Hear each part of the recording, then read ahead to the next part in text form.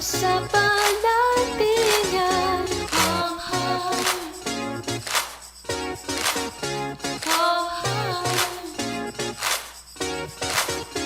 warm hang, warm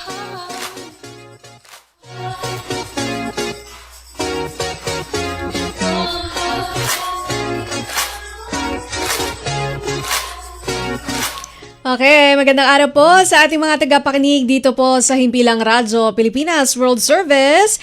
Ito po ang inyong kasama, Bea Gaza de Guzman. At Steph Vicente. Siyempre, ito na naman po ang ating palatuntunang nakasentro sa mental health awareness and education. Napapakinggan niyo po kami at napapanood live sa aming Facebook live streaming sa Radyo Pilipinas World Service, maging sa aming YouTube channel. At sa online radio po gamit ang inyong mga Evox PBS receiver app. Kung wala pa po kayo ng ating Evox, pwede nyo po itong i-download sa Google Play Store at sa App Store naman po para sa mga iPhone user. At good news, no, Steph, nagbabalik na rin tayo sa mas pinalakas na shortwave radio. Siyempre, sa pakikipagtulungan pa rin po ito ng Presidential Broadcast Service, Bureau of Broadcast Services, Radyo Pilipinas World Service with United States Global Media, o ang dati nyo pong kilala na Voice of America. Napapakinggan po ang English program tuwing 10 a.m. to 11:30 a.m. sa mga sumusunod na shortwave frequencies: 12.020 MHz, 15.640 MHz at 17.665 MHz. Ang Filipino program naman po tuwing 1:30 a.m. hanggang 4, nakaka-trigger emotionally. So Steph, ano ba ang pag-uusapan natin ngayong araw? Ayun, so ang pag-uusapan natin para sa episode na ito ng Warm Heart ay patungkol sa pagmamanage ng emotional triggers tuwing panahon ng Kapaskuhan, bagong taon, or generally just in the holiday season. Mm-hmm. So para magkaroon tayo ng isang malalimang talakayan patungkol sa ating napiling paksa for today, ay makakasama natin ng isang licensed psychologist and psychometrician. Siya po ang lead clinician ng niche psychological services at isa po siyang assistant professor sa National University. Siya rin po ay isang certified field traumatologist sa Green Cross Academy of Traumatology. Diyan po yan, no, sa Estados Unidos. With expertise in trauma, psychotherapy, assessment, and culturally responsive care, siya po ay dedicated, no, sa pag-a-advance ng mental health para sa mga komunidad locally and internationally. Sa credentials pa lang, no, alam na natin, ang haba pa. alam na natin na marami tayong matututunan. So mga kasama natin para sa araw na ito, si Ma'am Aina Albania. Ma'am Aina, welcome po sa Warm Heart. Magandang umaga po, Bea and Steph. Salamat for inviting me here and magandang araw din po sa mga nakikinig sa atin today. Nako, kami po ang mag-thank you, Ma'am Aina, at pinaunlakan nyo kami even on a Sunday, your rest day perhaps. So kami po ay nagpapasalamat. Yeah. Syempre dito sa Warm Heart, ina-advocate din natin ang mental wellness and everybody needs rest. We understand that. So we are very grateful. Pinaglaanan nyo kami ng time. Eto nga, sabi ni Steph, managing emotional triggers. Ngayong holiday season, no? Talagang akmang-akma ito sa ating mga ka-warm heart na interesado dito sa topic na to at marahil ay sila rin nakaka-relate, no? Pero bago po iyan, Ma'am Aina, pwede niyo po bang ipaliwanag sa amin ano-ano po ba or ano muna ang emotional triggers at kung ano-ano po yung mga karaniwang emotional triggers naman sa konteksto ng mga Pilipino?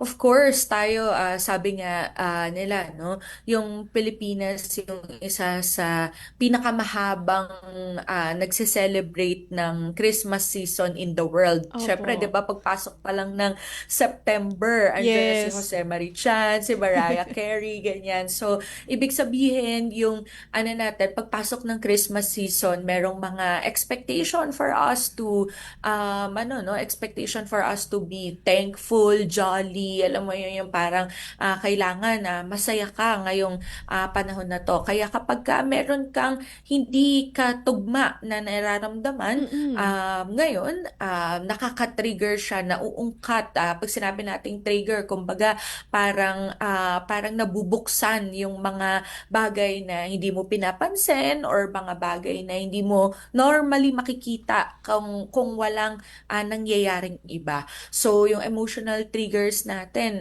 for Filipinos during the Christmas season is very, very felt sa maraming mga Pilipino.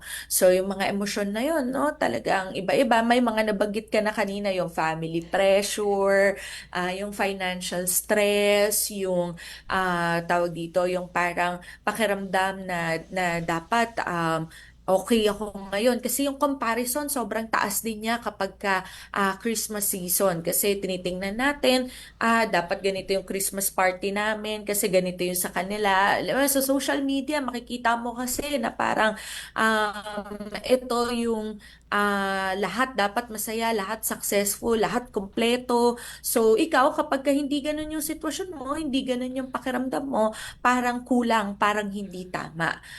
Para sa mga nakikinig natin ng mga OFWs, dito din yung pinaka mararamdaman nila yung sickness, no? Yung makikita mo kasi na dapat yung pamilya mo, gusto mo, nag-provide ka para sa kanila, makapag-celebrate sila ng magandang Pasko, pero ikaw ay hindi nila kasama. So, yung in the context of the Filipino setting, Christmas season is very family-centered.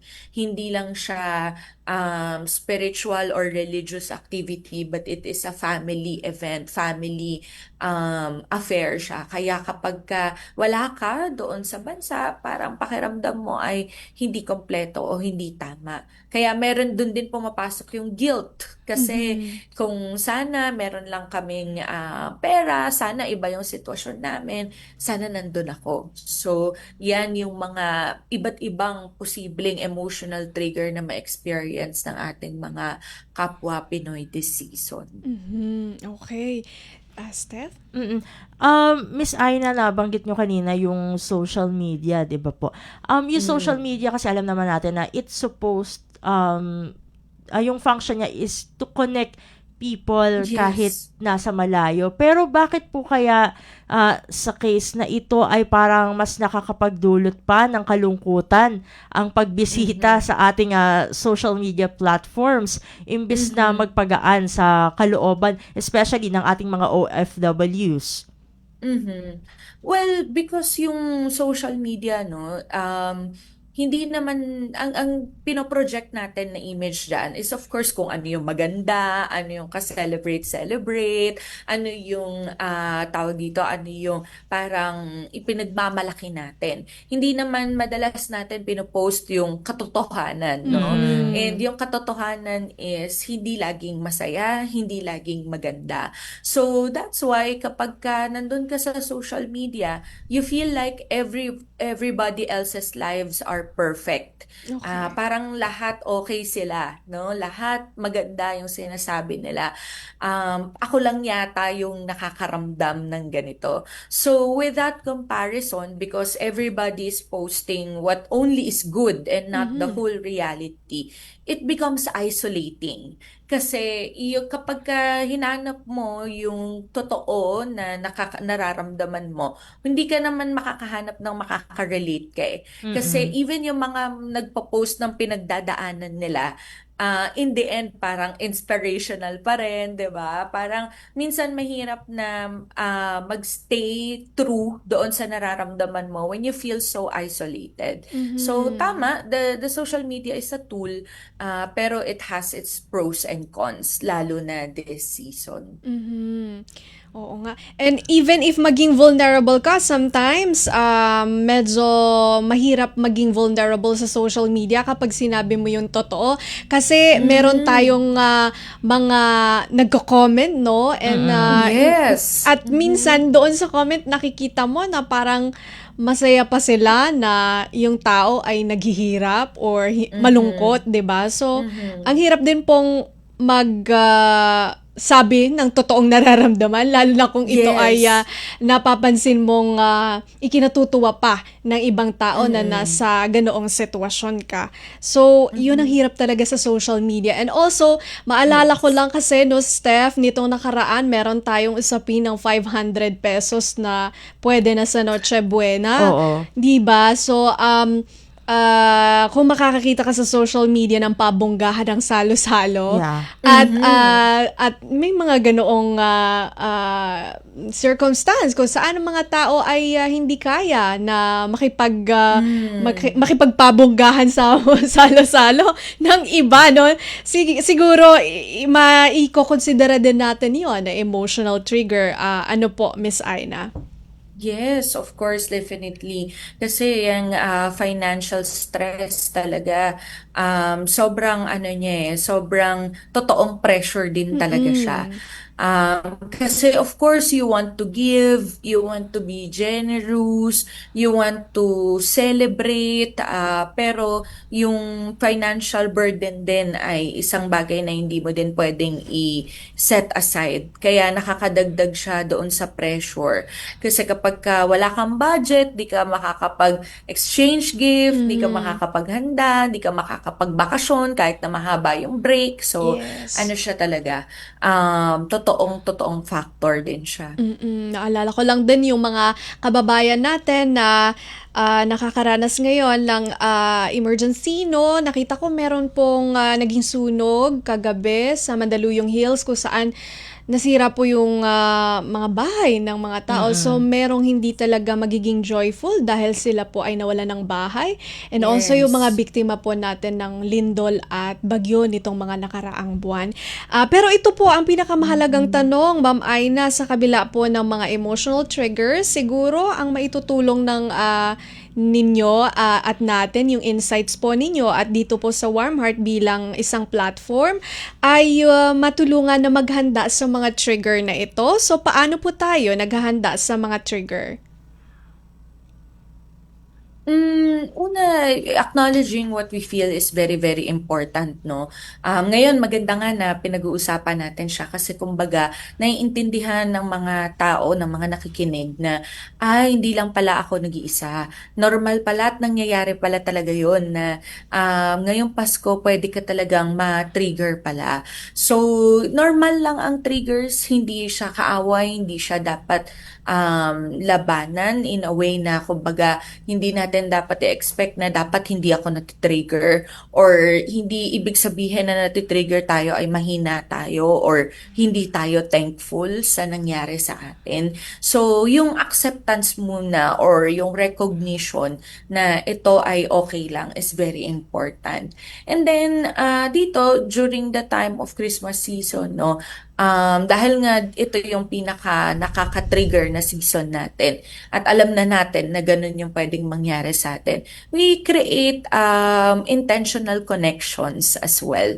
So, ito yung mga time na hindi naman kailangan i-open up natin palagi lahat ng nararamdaman natin. Pero importante na we make meaningful moments with the people around us. Dito sa Pilipinas, kung kasama mo yung pamilya mo, siguro ay mas madali. Pero kung tayo ay nasa abroad as OFW, nasabi nga ni Steph kanina, no, yung social media is a tool. Nakakatuwa naman ngayon kasi at least ngayon, isang pindot mo lang, makikita mo na sila, makakausap mo na sila. Hindi katulad dati na kapag nasa ibang bansa ka, susulat ka isang buwan bago mo ma-send, and Yes. isang buwan bago mo ma-receive. Opo. So, nakakatuwa kasi may ganun ng paraan, no? Yung intentional na connection is very important. Manage natin yung expectation natin, no? Na kung ano yung reality natin right now, ano yung itsura ng Pasko na okay na para sa akin ngayong taon. Kung nasa abroad ka, hindi mo kailangan i-recreate ang Pasko sa Pilipinas kung wala ka doon. No? Okay lang, kahit simple lang ang celebration. Kasi iba yung sitwasyon mo iba yung lugar kung nasaan ka at iba yung mga taong kasama mo. So, yung expectation na dapat ganito, itugma natin siya sa reality na meron tayo. Kasi iyan ay something na makakaalis ng burden sa atin kapag ka naintindihan natin na it's okay pala kung tahimik lang, it's okay kung simple lang. So, wag natin labanan ang lungkot, pero let's try to create small rituals that will help us celebrate Christmas season in our own way, no? So, kung OFW ka, pwedeng halimbawa pagkain na nakakapagpaalala sa iyo sa Pilipinas o yung iba nananalangin sila, nagpupunta sila sa pinakamalapit na simbahan sa kanila o simpleng quiet moment para sa sarili. And of course, lastly is to limit comparison. Hindi lahat ng nakikita sa social media ay yun ang buong kwento. So, meron tayong kanya-kanyang kwento, sariling kwento, and yung kindness should start sa sarili natin. So, I think importante ng mga bagay na to. Ayun, kindness starts from self, Steph? Napaka importante nun. May katanungan ka kay Ma'am Aina? Ayun, kasi nabanggit niya yung comparison. So, gusto ko lang mabanggit yung mabalikan yung tungkol sa family dynamics. In general po, kahit hindi po sa mga OFW lang, gaano po ba nakakaapekto ang family dynamics sa emotional being ng isang tao, lalo na ngayong holiday season?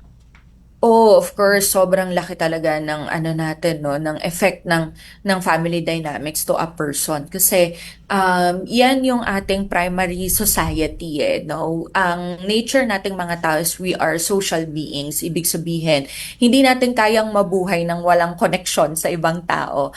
It's as basic as food, water, shelter. Kumbaga, kahit na meron kang pagkain, kahit meron kang bahay at tubig, kung wala kang connection, hindi magiging fulfilling yung life na meron ka. Kasi it's a basic human need. And so with that, no, primarily kinukuha natin siya sa pamilya natin. Kasi sila yung kaband natin, sila yung ina-expect natin na magmamahal sa atin, ina-expect natin na mag-aalaga sa atin o magpoprotekta sa atin. Na ina-expect natin ito yung mga taong mahalaga ako sa kanila or ipaparamdam nila sa akin na mahalaga ako. So in person, no, na nandito sa season of Christmas, again, katulad ng na-mention ko kanina, for Filipinos, Christmas is very a family-centered activity or time. So yung family dynamics mo, dito siya mas naha-highlight, whether it is good or bad, no? So Yes. kapag ka good yung family dynamics mo, you're so excited to celebrate Christmas, parang di ka makapaghintay. Kailan ba tayo magka-Christmas break? Kasi gusto ko na silang makasama.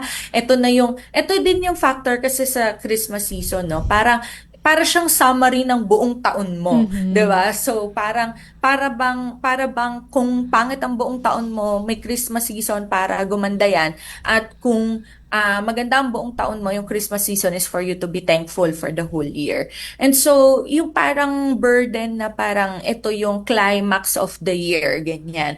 And you will not spend it alone. You're gonna spend it with the most important people in your life. So, if the relationship and the dynamic is good, then good for you, 'di ba? Kasi ma-end mo yung taon mo na with full of connection, growth, with full of love, ganyan.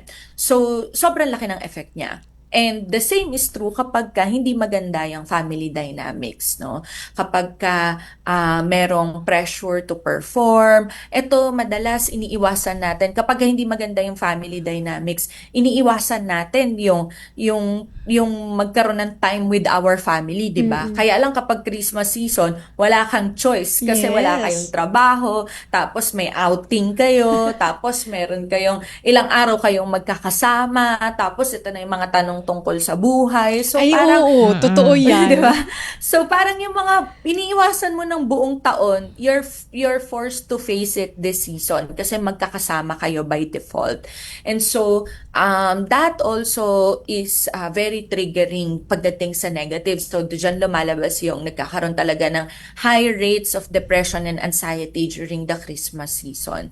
And ganun din kapag ka-absent yung family mo. Pag hindi mo sila kasama, sobrang lakas din ng epekto. Kasi sa buong taon, kung hindi mo sila kasama, hindi mo yan ramdam eh. Pero pag Christmas season at hindi mo sila kasama, naha-highlight siya ng sobra. Kasi nga, this is a family-centered activity.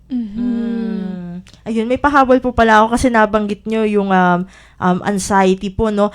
Para lang po malinawan at maliwanagan ng ating mga tagapakinig, paano po naiiba ang normal na holiday sadness sa mga senyales ng clinical depression o anxiety na nangangailangan na ng professional intervention?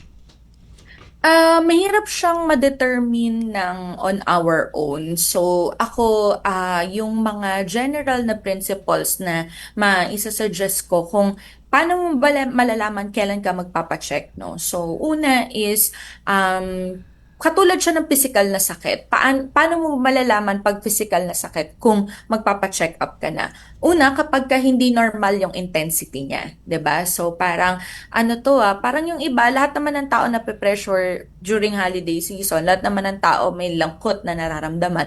Pero bakit parang iba yung level nung sa akin? Bakit parang kumbaga sa ubo, hindi to yung nasamid lang ako, naubo lang ako, pero ang humahagod talaga, ang sakit talaga. So doon sa mga pagkakataon na ganun, magpapacheck ka na kasi 'di ba? Iba yung intensity, hirap na hirap ka, kumbaga, no? Ramdam na ramdam mo. So that is one, no? Parang tuwi na lang mangyayari to, ganito talaga yung nararamdaman ko. So, if it is a pattern, then, or it is enduring yung duration, then it's also a sign or a signal. And pangatlo, maaaring hindi mo napapansin, maaaring hindi mo nakikita, pero sinasabi ng iba sa'yo. Parang napansin ko ganito, baka i-consider mo kaya pa-check up. Pa-check up ka na kaya kasi parang nahihirapan ka, tapos ikaw di mo naman napapansin. That's also a sign, no? So, yung Christmas triggers kasi natin, maaari siyang isolated case lang, na dito lang, na tipong pagtapos nito, okay na. Tapos, ano naman siya, enduring, ano naman siya, kaya naman siya, hindi naman siya ganun ka-intense. Okay lang pag ganun, kasi baka dito lang talaga sa time na to, no? However, may mga pagkakataon na yung pag natitrigger ka sa Christmas season, alam mo na hindi lang siya dahil sa current na nangyayari. Pero meron ka talaga mga unresolved na bagay na dahil hindi mo to maharap-harap pa, lumalabas siya dito sa very emotional time na ito. So it could be that it's just the time, but it could be na kaya ka na triggers because meron ka na talagang kailangan pang i-address, no? So at the end of the day, kung hindi ka sigurado, mas maganda magpa-check up na lang kasi para hindi ka nang huhula din on your own, no? But that is my top 3, no? Yung intensity, yung duration or pattern, and then pangatlo is if napapansin din siya ng ibang tao sa'yo. Okay. So, yun ang ating mga signs, no, Steph, na kailangang ibantayan or i-monitor para po malaman natin if we need to seek for help. Eto naman po, para po doon sa emotional trigger na siguro masasabi nating nararanasan natin in, for example, actual conversations, kumbaga, paano po natin dapat i-handle ang emotional trigger as it happens po? As it happens, yes. So, first is, marami tayong pwedeng gawin, no? So, una, kung ito ay very intense para sa'yo, remove yourself from the trigger. Remove yourself from the situation. Okay? So kung kunyari it is a conversation or it is an event na mismo nangyayari ganyan during the party for example, at alam mo sa sarili mo na it's very triggering, it's emotional, step out of the room or punta ka muna sa CR, 'di ba? Punta ka muna sa CR kasi minsan mas mahirap mag-handle ng emotion kapag ka consistent din yung trigger. Andyan ka sa sitwasyon. So, kahit na anong pigil mo, kung salita sila ng salita or nakikita mo yung nangyayari, ang hirap. So, kung kaya mong umalis na lang muna doon sa sitwasyon, hindi naman umuwi ka agad, no? Okay. Pero yung maialis mo lang muna, makahinga ka lang muna, Okay. mawala lang muna yung trigger mo, malaking tulong yon, no? Kasi it's gonna be a space for you, no? So just tell them, wait lang, I just need to process something, 'di ba? Or kung gusto mo maging direct sa kanila, pero kung hindi, just excuse yourself. Hindi mo naman kailangan ipaliwanag palagi eh. So punta ka sa CR, 'di ba? Or punta ka sa labas ng bahay, huminga ka. Give yourself that time to feel your emotions. And then meron tayong mga grounding exercises na tinatawag. So usually yung trigger, again, it's not about what's happening, pero it's reminding you of something. It's opening up something, some wound, 'di ba, na meron ka. So it brings your mind, kapag na-trigger ka, it brings your mind to the past, no, na hindi okay. So by grounding exercises, you're bringing your mind to the present. So may mga techniques dyan which is engaging your senses. Yun basically yung pinaka principle niya. Engage your sense of sight. Yung i-distract mo lang muna yung sarili mo. Ano ba yung mga nakikita ko ngayon? Nasaan ba ako? Kasi minsan kailangan mo lang ipaalala sa sarili mo, wala ako doon, hindi ito yung nangyari. Naaalala ko lang yung lungkot, pero okay lang naman ako at the present moment. So, engage your senses, 'di ba? Look at the surroundings, sa paligid mo.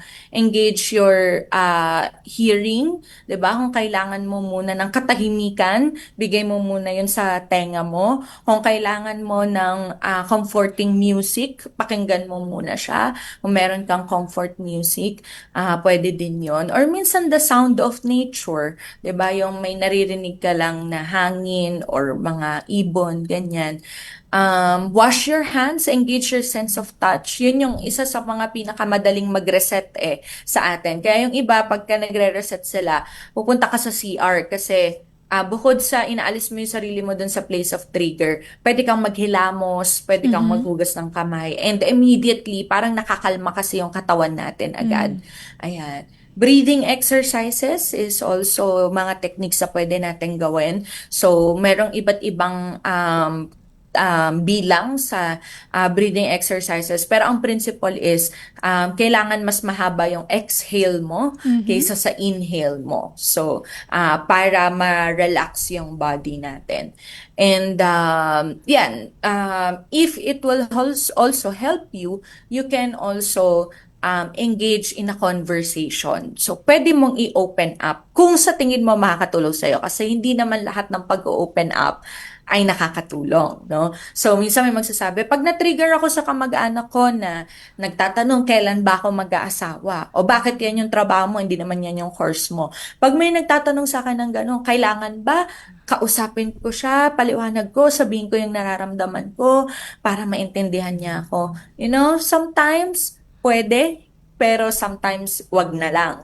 So, kung wag na lang, umalis ka na lang. Okay. Pero kung sa tingin mo, the conversation will help you kasi mailalabas mo yung nararamdaman mo, or sa tingin mo, maiintindihan ka niya at makikinig siya sa'yo, then pwede mo yun gawin. You can try to open up. But it's not required at depende yan sa level of readiness mo din. Ayan. So, yan yung mga ilan sa mga pwede natin gawin. Pero kung talagang intense and talagang merong pinanghuhugutan na hindi natin ma-resolve, wala rin naman pong nakakahiya na humingi ng tulong sa mga mental health professionals. Kahit mga counseling, di naman ibig sabihin na to agad may diagnosis tayo. Oo nga. Pero minsan kailangan lang natin ng someone to process it with us o maintindihan natin yung sarili natin kasi minsan di natin yan nakikita kung bakit kaya. So, kung kailangan natin ng tulong, okay lang sa family naman ito, no? So, meron kasing iba't ibang sitwasyon, katulad nga ng sabi ni Bea kanina, may mga pamilya na they're grieving sa mga nawala sa kanila ngayong nitong taon o mga nakaraang taon, o kaya naman yung sitwasyon nila na nasunugan, nalindol, nabaha. So, minsan it's important for us to assess muna, no, nasaan ba tayo ngayon sa takbo ng buhay natin? Kamusta ba tayo? Kasi importante na we're sensitive to where everybody is at this stage, no? Again, yung kailangan wala yung expectation o dapat lahat masaya, dapat lahat thankful, 'di ba? So, yung knowing your family members, also ito naman na hindi dapat ginagawa tuwing Pasko lang. Pero yung knowing your family members by really having a connection with them, kung kamusta sila. With that in mind, doon natin mako-consider ano ba yung mga kailangan nating program or parang ano ba yung mga kailangan nating i-design na type of celebration this Christmas. So, yan yung primary talaga. By having that connection, having that understanding, and siguro I would use the word friendship. Alam mo yun, yung meron kang friendship na relationship sa mga anak mo, sa mga kapatid mo, sa mga magulang mo, para alam mo kung kamusta sila. At kasi kapag alam mo kung kamusta sila, dun mo lang tunay na mapaghahandaan kung ano ba ang magiging tamang preparation para sa atin or tamang family dynamics, no? So, kapag alam mo na kung nasaan kayo ang bawat isa, kung you're all celebrating, edi talagang i-highlight nyo, di ba? I-celebrate nyo kung ano yung mga wins and successes natin this year. Kung meron namang mga grieving, sometimes no kailangan natin create din ng rituals to honor the family members who passed away. Okay. Madalas kasi sa Filipino kapag merong conflict na ganon or merong grieving, ayaw nating pinag-uusapan kasi parang baka lalo lang tayong matrigger kapag dito sa Noche Buena natin may nagsabi na sana nandito si tatay, no? Sana nandito pa si uncle. Kaya ang ginagawa ng iba, umiiwas yung lahat. Pero minsan kailangan natin siyang i-acknowledge as a family Okay. na we're hurting right now, 'di ba? Sana kasama natin si Papa, pero magkakasama tayong lahat ngayon, but hindi natin 'yun kinakalimutan at hindi natin 'yun sinasantabi. And minsan 'yun pa yung mas nakakatulong imbis na nakaka-trigger kasi minsan kailangan nating i-address yung mga bagay-bagay upfront, no? So, yan yung mga ilan sa mga bagay, no, na para I think iba-iba yan per pamilya, iba-iba yan per sitwasyon, pero the main principle is yung emotional sensitivity natin na iba-iba tayo ng estado ngayon sa mga pinagdadaanan natin sa buhay. And we have to. Ganda ng mensahe ni Ma'am Aina. Steph, meron ka pa bang katanungan kay Ma'am? Wala na muna sa Okay. ngayon. So siguro, Ma'am Aina, ang inyong final message na lang sa ating mga tagapakinig at tagapanood dito po sa programang Warm Heart ng Radyo Pilipinas World Service. Thank you so much. So, I guess ang gusto ko lang sabihin, no, gusto ko ipaalala sa ating mga nakikinig na hindi required maging masaya palagi tuwing Pasko, no? Okay. Kung masaya ka, celebrate it. Kung tahimik lang, okay lang yun. O nahihirapan ka, valid yan. Dahil ang Pasko ay hindi sukatan ng tagumpay o kabutihan natin bilang isang tao. Kung ang kaya mo lang ngayong season ay mag-survive at magpahinga, sapat na yon. Okay. Okay? And I hope na aside from being understanding to other people, sana tayo din is understanding of ourselves. Kasi minsan we're too hard on ourselves. Bakit ko ba to nararamdaman? Dapat di ko to nararamdaman. Dapat ganito yung ginagawa ko.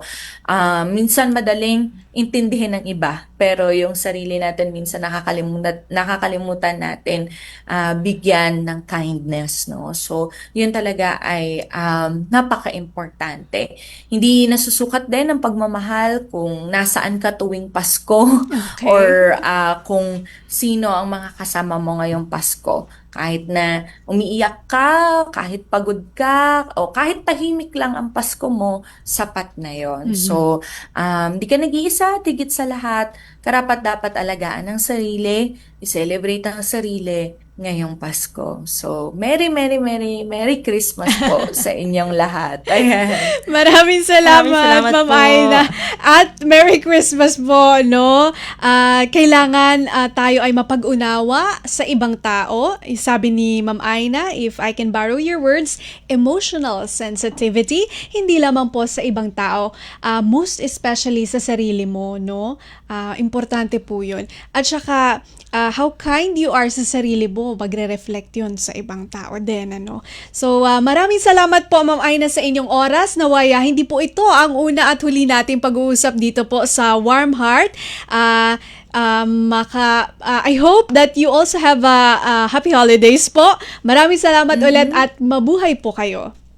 Maraming salamat po. Maraming salamat. Warm Heart. Thank you, Bea and Steph. And good morning po sa inyo. Good morning po. Morning po. Yan po si Ma'am Aina Albania, isa pong licensed psychologist, licensed psychometrician at ang lead clinician po ng Niche Psychological Services. Magbabalik po ang palatuntunang Warm Heart. Paalala muna mula sa himpilan. Mabilisang trivia, dagdag talino. Heto na ang Dagling Kaalaman. Alam nyo ba na tuwing ikalawang linggo ng Oktubre, ipinagdiriwang natin ang National Mental Health Week? Diniklara ito sa bisa ng proklamasyon bilang 452 noong 1994 upang palawakin ang kamalayan tungkol sa kahalagahan ng mental health.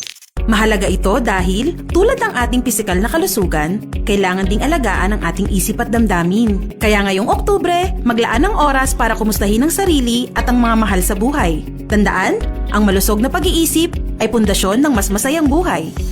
Kaunting kaalaman na malaking dagdag talino. Abangan muli ang susunod na Dagling Kaalaman.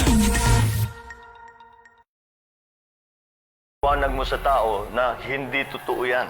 Dahil ang totoo, yung totoo ang dapat ninyong malaman. Nagkalat sa internet ang fake news Ang o ginagawa mali ng at fake news, tinatapon niyo yung tao. what they are doing is creating panic. We say no. Yung pagkalat ng fake news.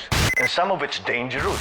Sana iwasan po natin pag-spread ng fake news. At di magpapakalat ng disinformation at misinformation ang kasulukuyang administrasyon. Stop telling us fake news because you're wrong. Para sa totoo at mapagkakatiwalaang mga balita at impormasyon, Radyo Pilipinas. Attitude of gratitude. Attitude of gratitude. Attitude or attitude. Attitude of gratitude. Gratefulness. Gratefulness. Gratefulness. Joy. Joy. Joy. Appreciation. Appreciation. Appreciation. Attitude. Attitude of gratitude. of gratitude.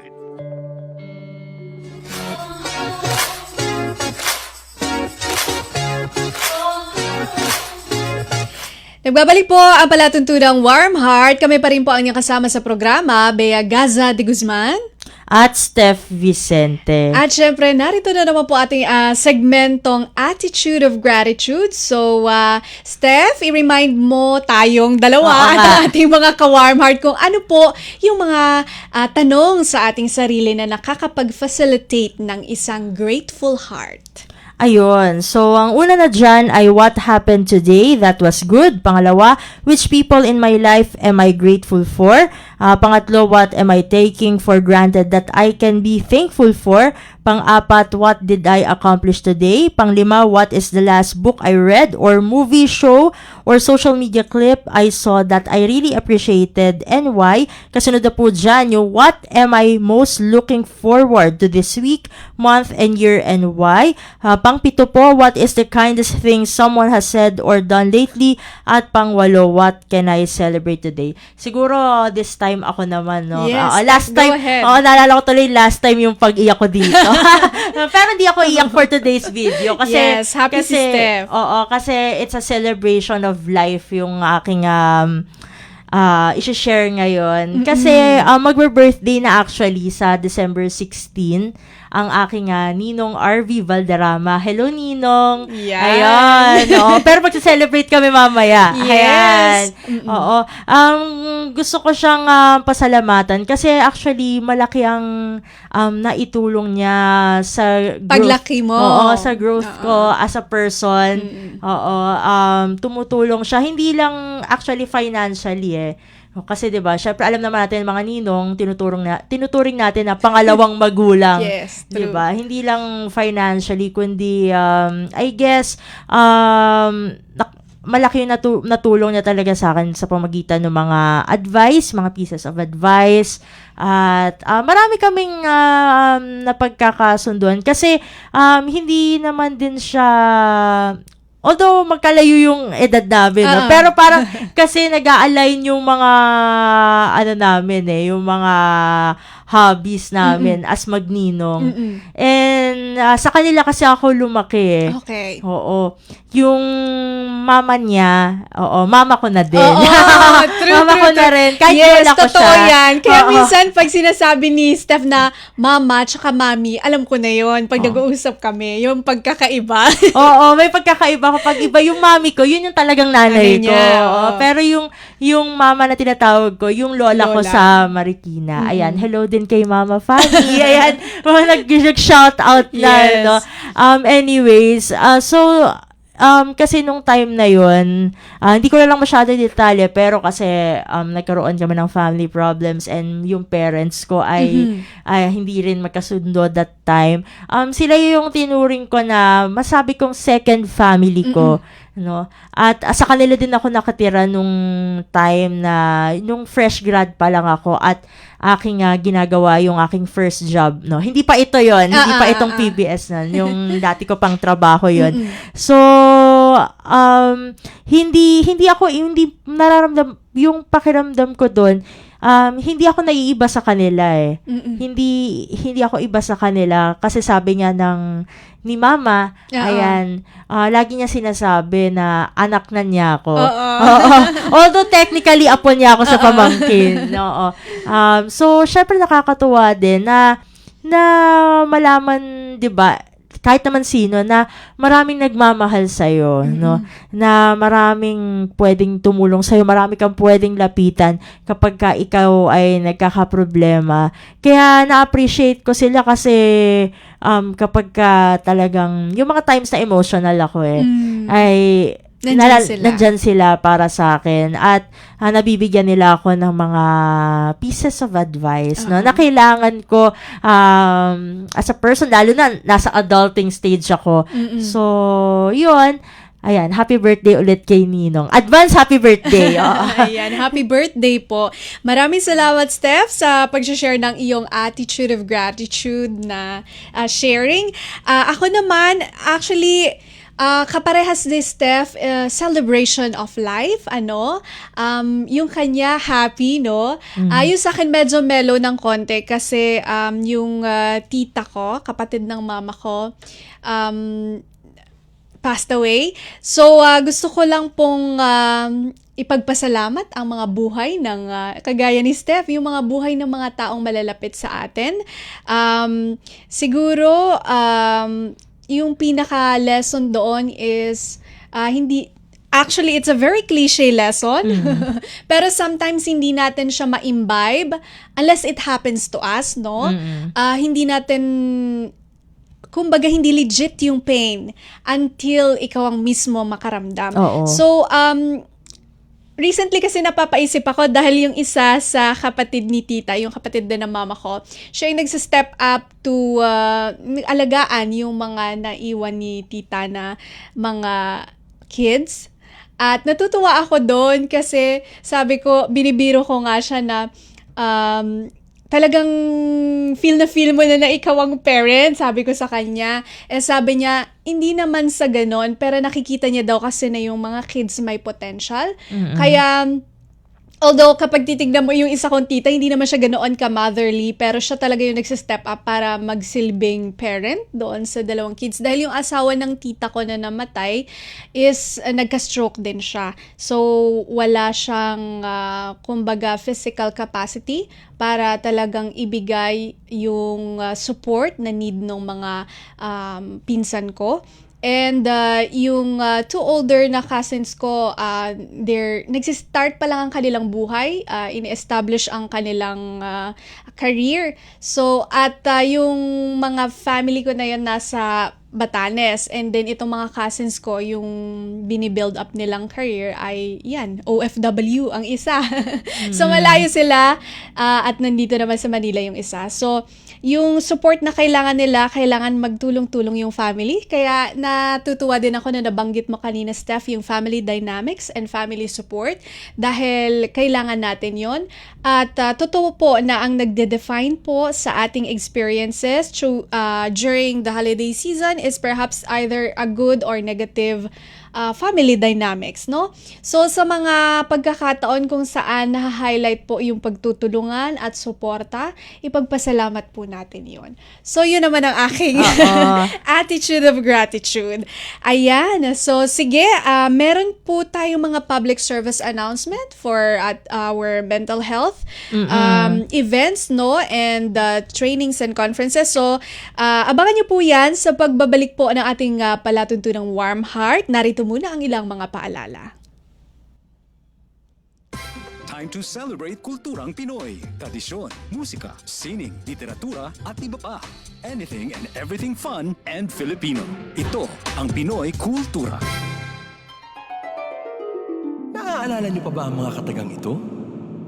Amoy pawis, amoy araw. Ano ba yan? Puro sugat ka na naman! Bakit wala na naman kapares yung tsinelas mo? Ang dungis mo! Ma!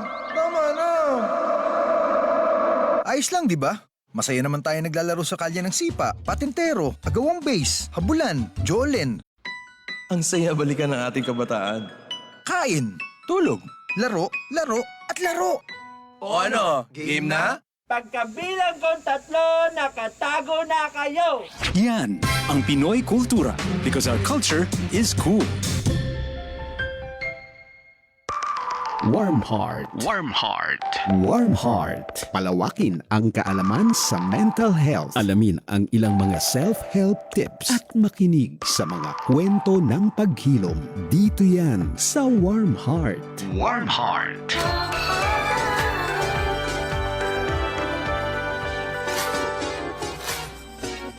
Okay, nagbabalik ang Warm Heart. Siyempre, ito na ang ating mga public service announcement ibibigay sa atin ni Steph Vicente. Ayun, unang-una ay galing yan sa yung ating PSA 1, no? Ay galing sa Jaisel Bay Online. Bale, yung individual po ay si Ma'am Jaisel Jaisel Bay, ayan.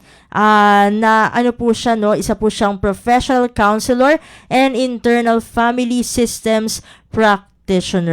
Ayan, officially trained po siya ng IFS Institute sa North America Level 1. Ayun po yung kanyang credentials. Pero ano ba yung topic, no? Ito yung mismong webinar, Unstuck Your Life, How to Access Your Inner Wisdom, na gaganapin po via Zoom mula alas 10 ng umaga hanggang alas 12 ng tanghali sa January 10, 2026. Ayan, talagang may pa-kickstart na, no, ang 2026. Sabi nga dito sa post ni Ma'am Jaisel, start your year with clarity and courage. This 2-hour guided session will help you reflect, reset, and reconnect with the wiser version of yourself, ready to emerge in 2026. Limited lang po ang slots to 100 participants. Yung pilot, meron silang pilot offering at a special rate. Ayan, para dun sa mga gusto nang mag-avail ng kanilang slot, 250 pesos o $5. Ayan, siguro para dun sa mga nasa abroad, no? So, mag-register lamang po sa pamagitan ng QR code na nandun sa poster. At meron din sila, no, kung magbabayad na po ng kanilang slot, meron din QR code dun sa mismong poster ng JCell Buy online. Ito naman yung ating pangalawang PSA. Ito siksik na siksik kasi sunod-sunod to, no? Sessions kasi to, hindi lang session. Mula sa Gray Matter Psychological and Consultancy Incorporated. Ayun. So, ayan, panibagong kickstart na naman for 2026. Unang-una na dyan, no? Meron kasi sila, no, GM Academy Learning Sessions for first quarter ng 2026. Una na dyan, napangunahan ni Ma'am Jade Ibhar V. Kwambot, no, ang Psychological First Aid o PFA for beginners, supporting others in times of crisis. January pa rin, no, mula naman kay Miss Elaine Marie Aranda. Ayan, ethical considerations in the practice of counseling and psychotherapy. Sa February naman, mula naman, no, pangunahan ni Dr. Jonathan Robert Ilagan ang micro skills in counseling, essential communication skills for effective therapy.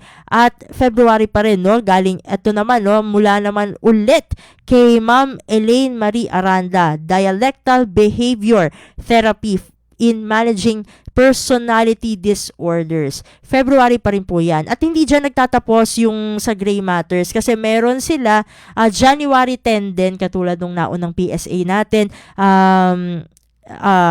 Yun nga, no, yung balikan natin ulit, no, yung psychological first aid, January din, ethical considerations, February, micro skills in counseling, at sa February pa rin ang dialectal behavior therapy. Ayan, makikita natin, no, sa ating screen yung mga posters nung kada event, nung kada session para mas malaman, no, ng ating mga taga-subaybay kung tungkol ba saan ang kada sessions na ito, no, mahalaga yan.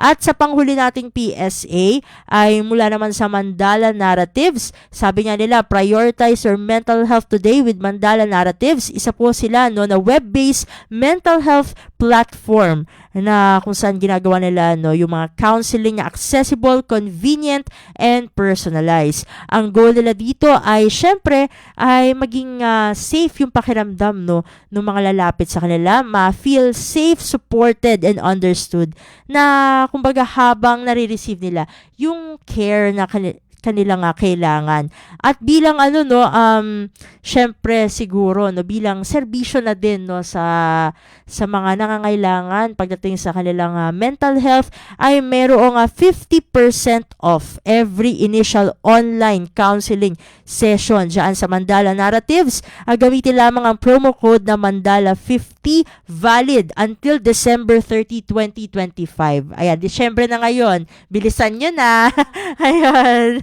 Yun lamang ating mga PSAs for today. Okay, maraming salamat, Steph, sa ating mga public service announcement.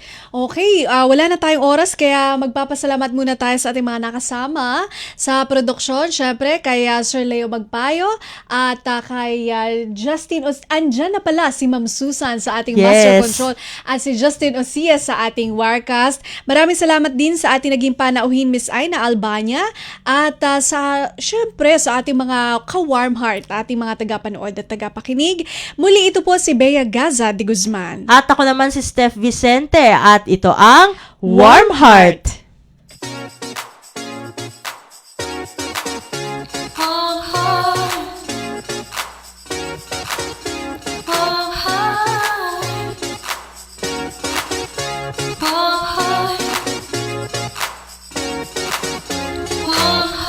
Kabalikan o kaibigan, maaasahan kay